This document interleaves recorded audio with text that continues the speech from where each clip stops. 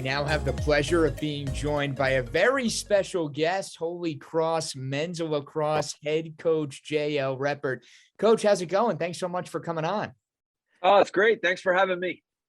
Really appreciate it. Let's hop right in. So for you guys, obviously, you've already played your season opener, a game against Providence that had to be rescheduled due to field conditions. Tough season opening loss. What was sort of the biggest takeaway for you for that game number one against PC?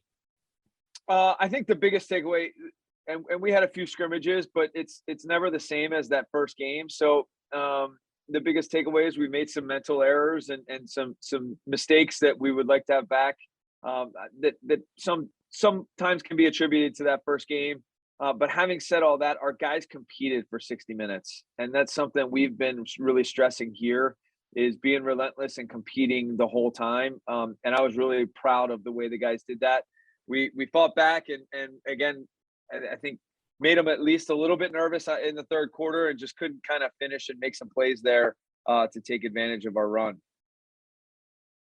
It's been an interesting last couple of years, to say the least, for you guys. You know, 2020, the season is cut off. And then last season, you only get to play 6 games before the season is cut off again. So what has now a full off season done for the team as a whole, and how has the increased practice time helped with that?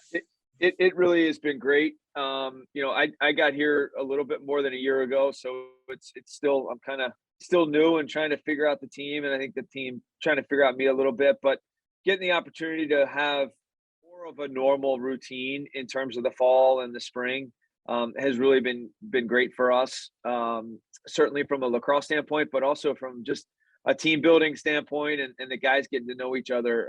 It really has been tremendous. And the fact that we at least go into this season expecting to play a full slate of games and get back into our Patriot League full season is really exciting for our guys.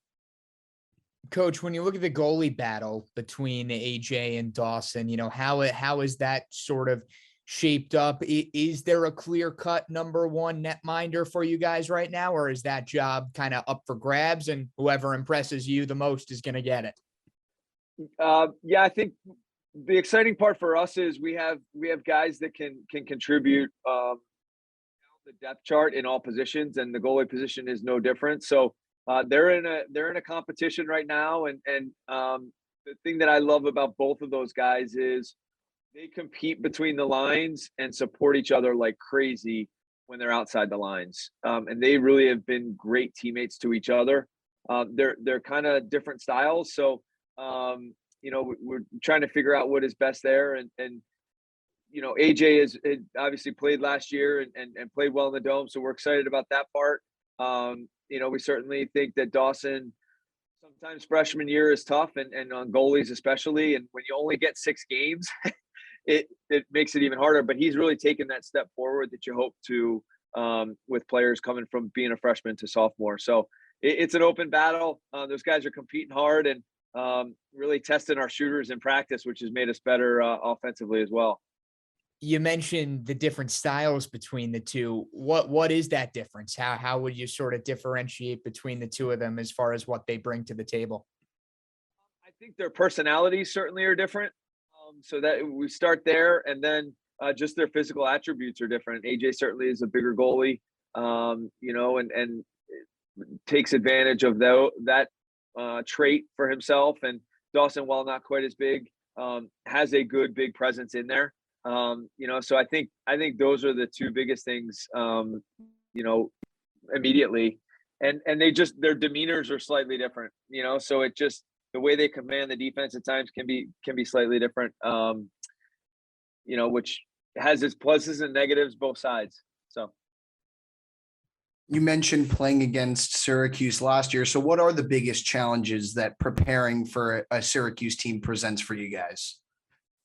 I mean, I think one of the first things, and we've played indoors a little bit, you know, having to reschedule that game against Providence at Bryant indoors, but it's just a different feel in the Carrier Dome for a little bit, and that's partly certainly something that we've feel like has been better now that we have experience from last year. And the Syracuse is super talented from top to bottom, and you know, very athletic, very skilled. You have a great coaching staff. I know there's turnover and a new staff there, but man, you talk about four guys that have been really, really great coaches and great players in their own right. So they're going to be well coached and they're going to be competitive. It's their first game. I'm sure they're fired up to play. Speaking of that coaching change, Coach Reppert, obviously, moving from Desco to Gait, does that make your life any easier, any harder? I mean, obviously you had the veteran coach in Desco and now a first-year head coach in Gary Gait. He's still Gary Gait, but all things considered, do you come into this year's matchup against the Cuse thinking that it's a little more up for grabs, considering it's an Orange team that, has a lot of new faces and is young and has a new coaching staff? I think there are a lot of unknowns, which in some ways are positive because they're still trying to figure themselves out a little bit. We went through that as a program last year with me changing over. So there's unknowns, which could be a negative too, because we don't know necessarily what they're going to throw at us, and we're trying to prepare and figure some things out there. And for us, we go into every game mindset that we're going to compete as hard as we can and we want to win, and that's the goal of the game is to compete. Having said that, we respect all of our opponents, and Syracuse is no different. They certainly have earned it in the history of their program, so I don't think we're taking them lightly or think it's going to be any easier. I'm expecting that Coach Gait and Coach Petramala will have those, and Coach March we'll have those guys fired up, and no doubt that Coach Ireland's doing a good job at the faceoff dot too. So we know they're going to be prepared. They're going to be fired up. So no, I don't expect it to be any easier.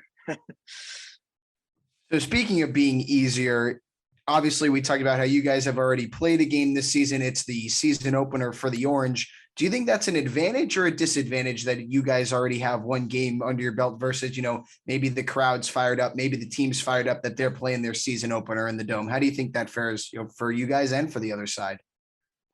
I've looked at it, and they've played two great teams in scrimmages, so they've had a little bit of game prep. I think when you change the reversible and put on a jersey, it just feels different. We've experienced that, which I think is a positive and gives us I've always felt like playing games is important for the experience. I think the downside is, they have video and tape on us, then we don't have it on them. So from a preparation standpoint, in theory, they know a little bit more about us than we do them. You're hoping that the experience of the game kind of neutralizes some of that advantage of not having the preparation. Coach, you look back at last year's matchup against the Cuse, any overarching sort of takeaways from that game that have been messages that you've really preached in practice, maybe from an X's and O's stylistic standpoint of what went wrong and how you address it come this week? Yes, and we do that every week with all of our opponents, looking back and seeing what may have worked, what may have not. One of the things that we always think about is we're a year older, we're a year having practiced. So we would like to think that we're better and have done some things to improve. You also expect that Syracuse is the same. And some of those guys may have changed. So you look at things, we certainly have used last year's game as a learning tool. Left the Dome with a bad taste in our mouth, just didn't think we competed the way we would want to and showcase what we can do. So we've used that as motivation to say, hey, we get another crack at them. Let's put forward as we go into Saturday.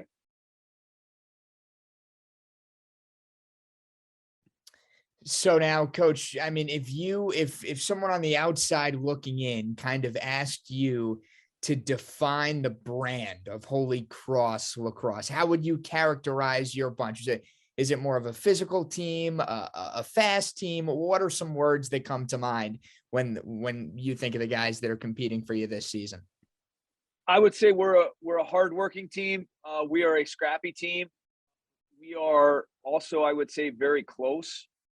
And it's a team that is very selfless and stays together. And is relentless and resilient. I think we have talent and a lot of depth on across the board, which I'm really excited about this year. All right, Coach. Well, there you have it. That was Holy Cross men's lacrosse head coach J.L. Reppert. Holy Cross and Syracuse set to do battle this Saturday inside the Dome. We can't wait, Coach. Thank you so much for coming on and telling us everything we need to know about Holy Cross Lax for this upcoming matchup. Really appreciate it. Thanks, guys. Thanks for the opportunity. Thank you, Coach. Have a good one.